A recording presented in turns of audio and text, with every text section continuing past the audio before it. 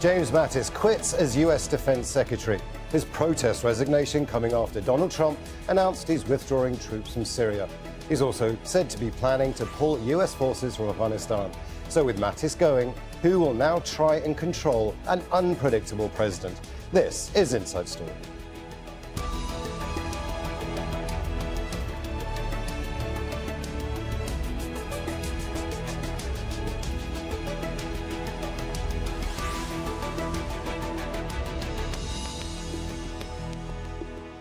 Hello and welcome to the programme. I'm Imran Khan. He was seen as a measure of calm and stability in a White House swirling with chaos and unpredictability.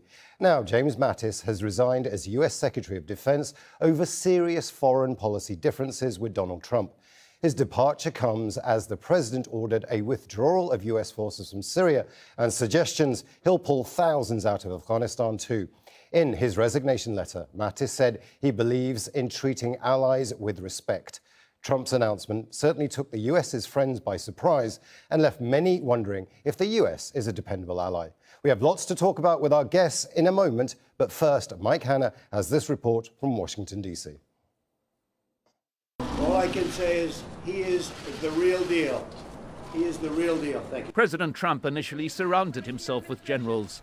James Mattis as Secretary of Defense, Michael Flynn as National Security Advisor, followed by another general, H.R. McMaster, and of course John Kelly, who was moved from Homeland Security to take over as Chief of Staff. All are now gone or going. Mattis in particular seen as a central figure in keeping a largely dysfunctional White House partly functional.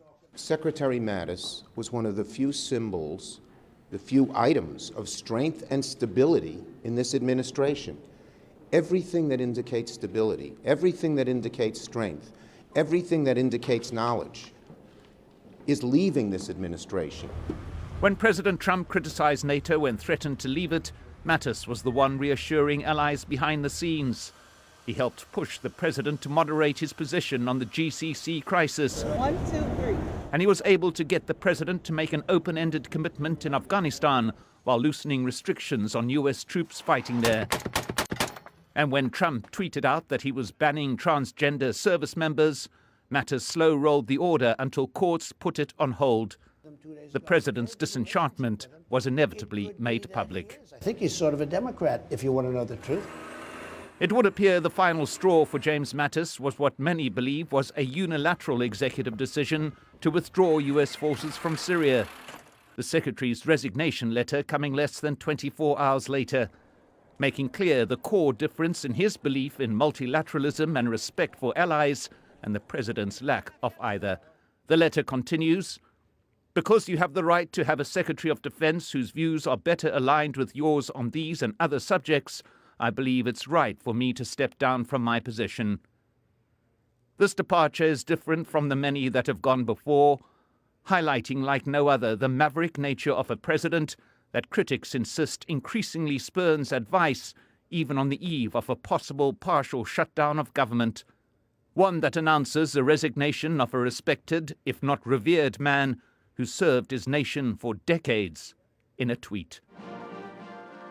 Mike Hanna, Al Jazeera, Washington.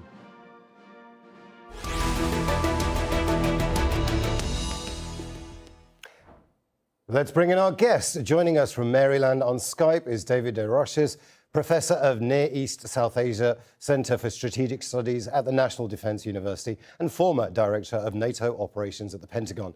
From Kabul, Habib Wardak, founding member of Transparency Afghanistan and National Security Analyst. And from Dusseldorf, on Skype, Andreas Krieg, Assistant Professor at the Defense Studies Department, King's College, London, and a specialist on jihadist groups in the Middle East. Welcome to the programme. I'd like to begin with you in Maryland, David Roches. We've heard a lot in the last 12 hours about the adults in the room and about James Mattis being the last adult to leave. And by that, they mean a tempering influence to some of the US president's more mercurial tendencies.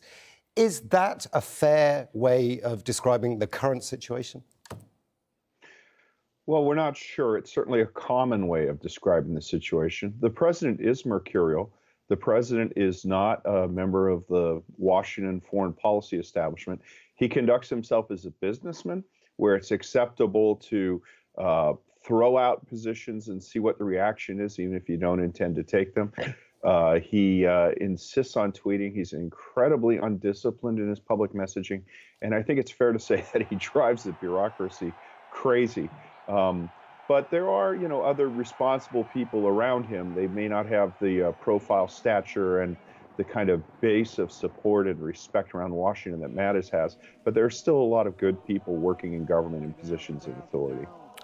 David de Roches, though, the letter that General Mattis sent was not only strong, but it was seemingly a rebuke of the way the president's going.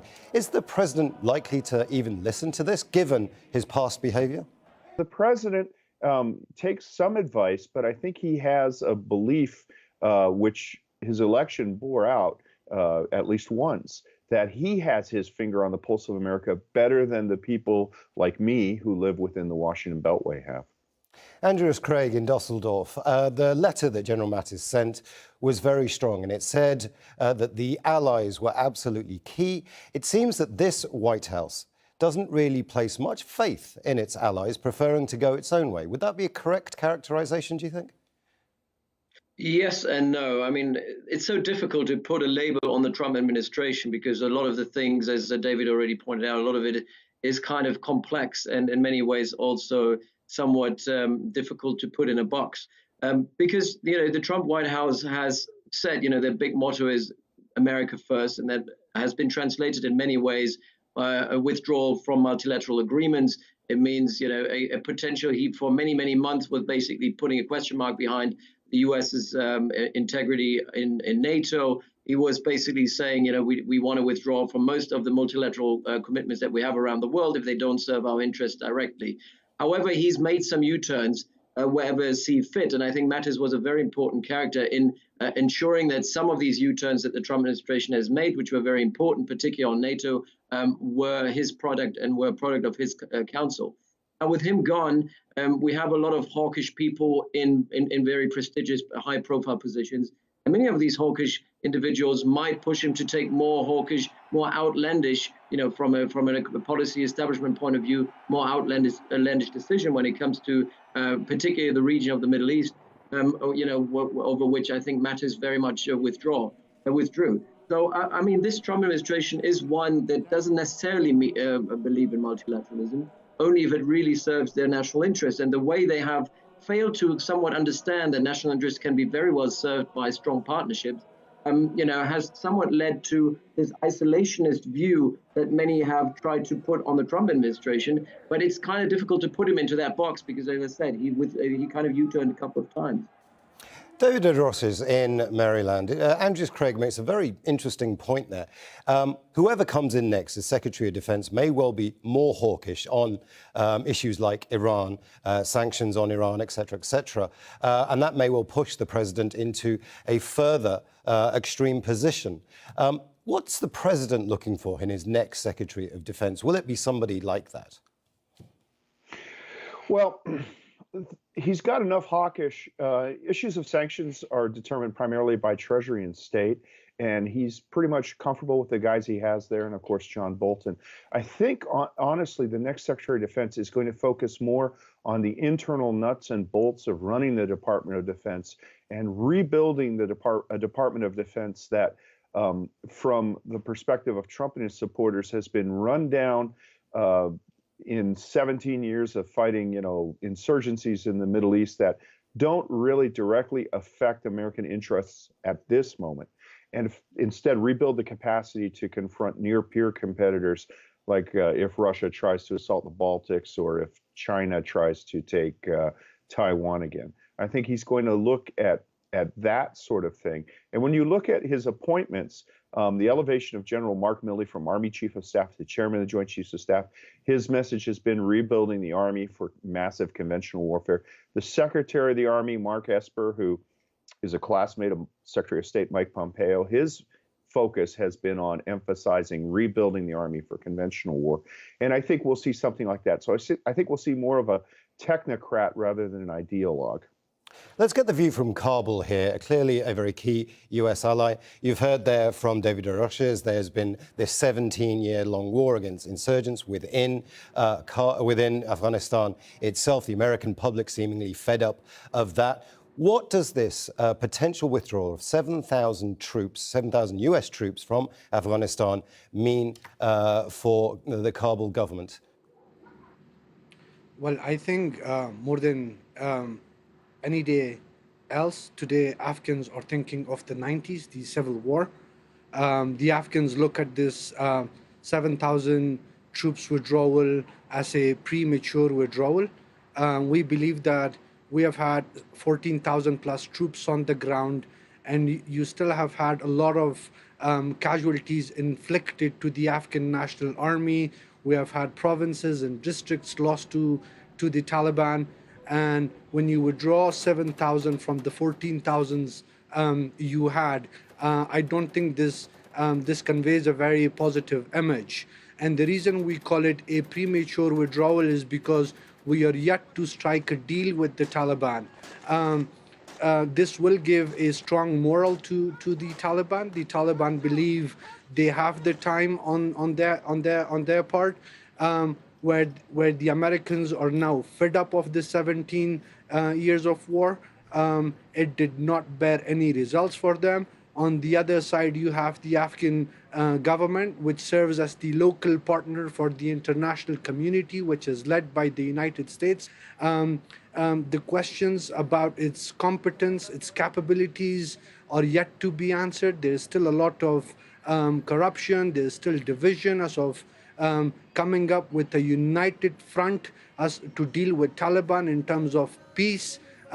As of what does this peace would mean in terms of the governance, the future of Afghanistan. There's a panic mode. Everybody is in panic mode when they woke up to the news this morning. The future seems very uncertain at the moment. We don't know whether it'll be 7,000, what happens to the assist, train, and advise program of the Afghan National Forces by the US-led coalition. These are all the questions that the time will answer. For now, everybody is in a panic mode. There are several questions to be answered. Clearly, the policy will unfold in the coming weeks. But Habib Wardaka, I just want to follow up with you. It's interesting that you mentioned the civil war in the 90s there. That civil war took place because there was a power vacuum which allowed the Afghan Taliban to take over simply because there was no one to stop them. Are you worried that you'll see that kind of situation again if the US fully withdraws? Absolutely, yes. Given that if we could not get to reach a peace deal before the US withdrawal, I could understand that it's very likely. You have Taliban that are stronger than any time else in the past 17 years. They have beyond 40% of the territory that they control or either contest. And you have a weak government which has its own internal problems. We are supposed to go into elections in the next 6 months, but we have had parliamentary elections 2 months ago, which had its own crisis. And there's a lot of internal division in Kabul amongst the political elites that we have in Kabul. The picture does not look very, very neat and clean. Given that you have the US withdrawal, I think Taliban will start advancing towards Kabul. Yes, we do have the Afghan National Security Forces. They have paid a heavy price over the past years, in specific to the past 3 to 4 to 5 years. Given that the Americans will withdraw, you will have lack of air support, and they will face all sorts of problems, which does not sound good for the Afghan government, for the general Afghan public. It's not altogether very comfortable feeling. Andreas, Krieg, I want to bring you in here from Dusseldorf. Withdrawing the troops, you're a military expert, you work at the War Studies Department at King's College London. Tactically, militarily, is this a sensible thing to do, particularly when dealing with a group like the Afghan Taliban? Well, I mean, this comes in the context of what the Trump administration announced in Syria as well. So my point in Syria is that from an operational point of view, it won't make a huge difference, considering that the Americans have already, since Obama and Trump, in many ways has continues that, is have invested into surrogate warfare, which I call surrogate warfare. It's a war by delegation, whereby the Americans have a relatively small contingent with boots on the ground, which then use massive force multipliers with local forces. So these kind of operations are interesting to a degree, because then they allow the Americans to stay on the ground, to create a context which will not lead to victory necessarily, but at least keep a balance whereby the Americans still have a say.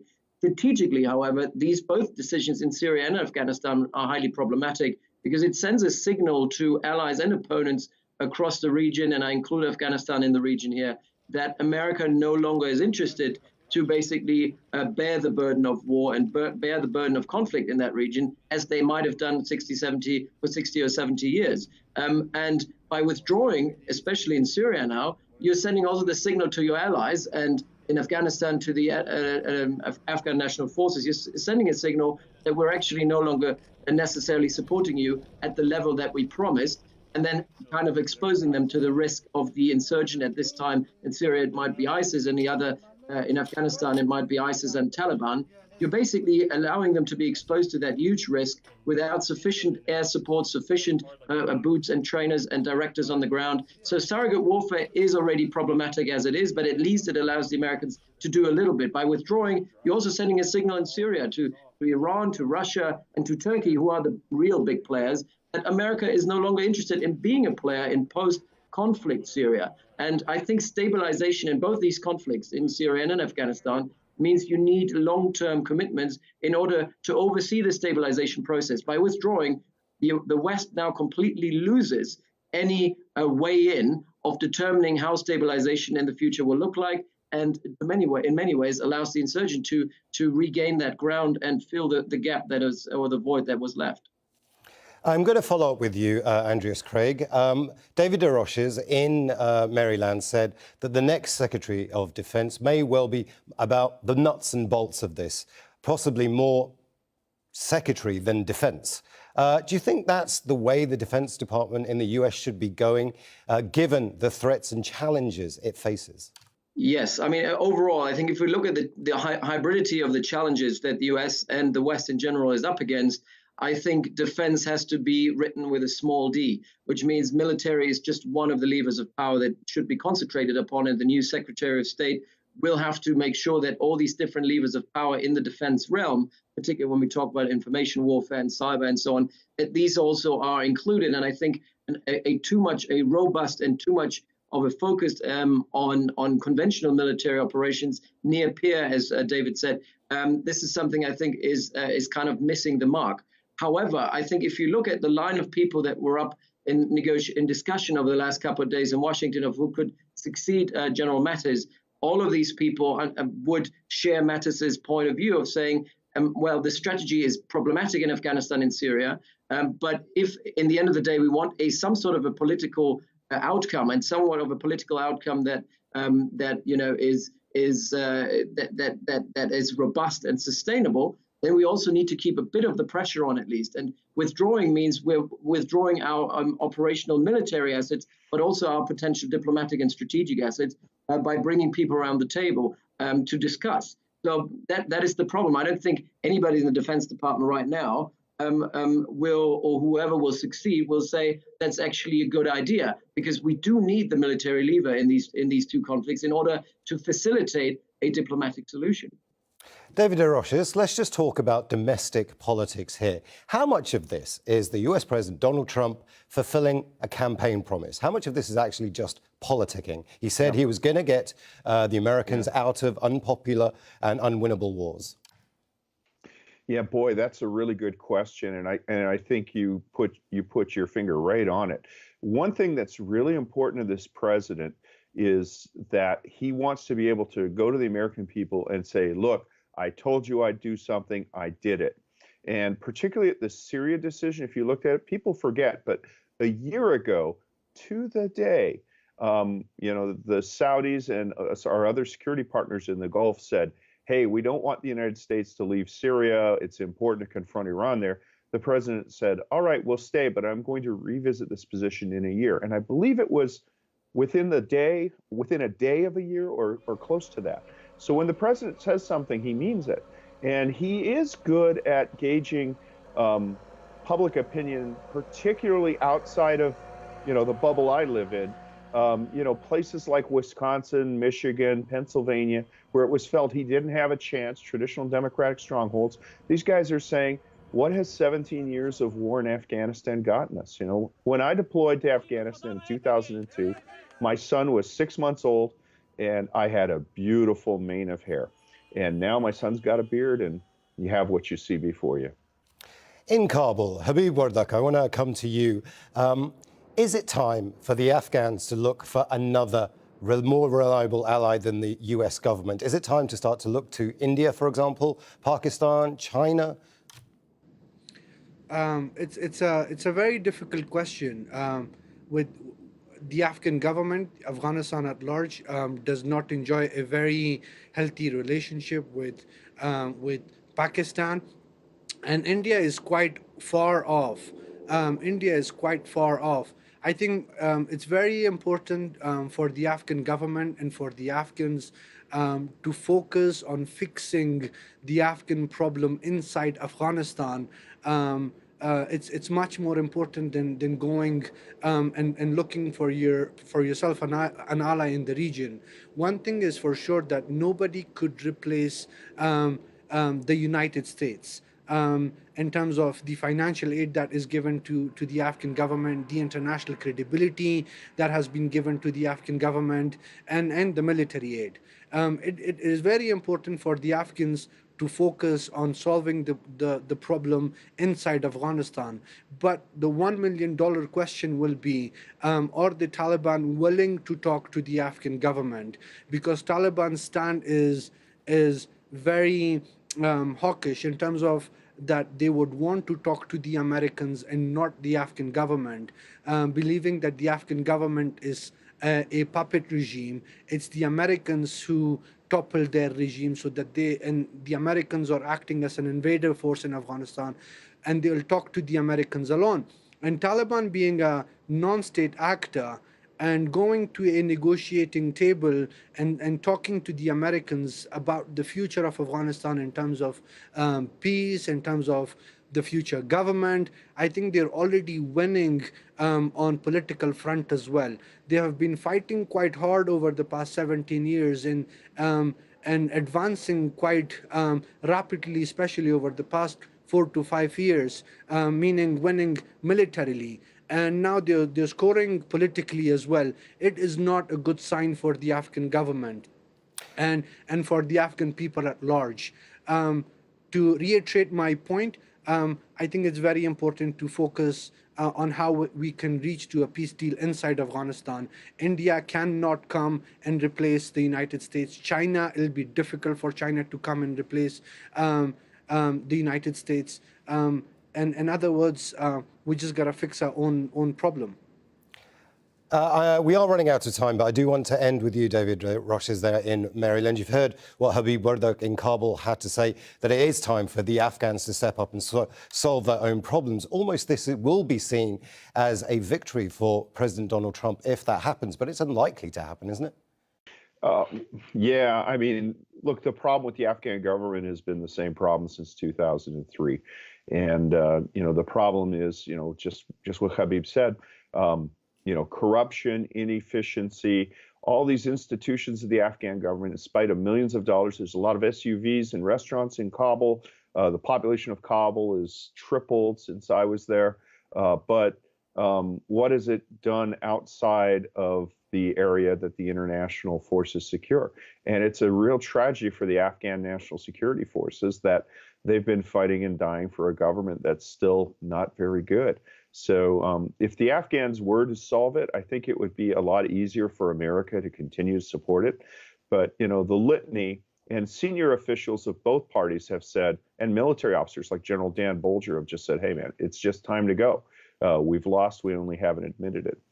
I think it's also fair to say that the Obama deadline to leave, that is initially what really emboldened and revived the Taliban movement, because that just said, hey, man, all we got to do is, hide out, and eventually these guys are going to go away. I want to thank you all. Sadly, we are out of time on an issue that is going to go on for a very long time. Thank you, David de Roches, Habib Wardak, and Andreas Krieg. And thank you, too, for watching. You can see the programme again anytime by visiting our website, aljazeera.com. And for further discussion, go to our Facebook page. That's facebook.com/AJ Inside Story. And you can also join the conversation on Twitter. Our handle is @AJ Inside Story. From me, Imran Khan, and the whole team here, bye for now.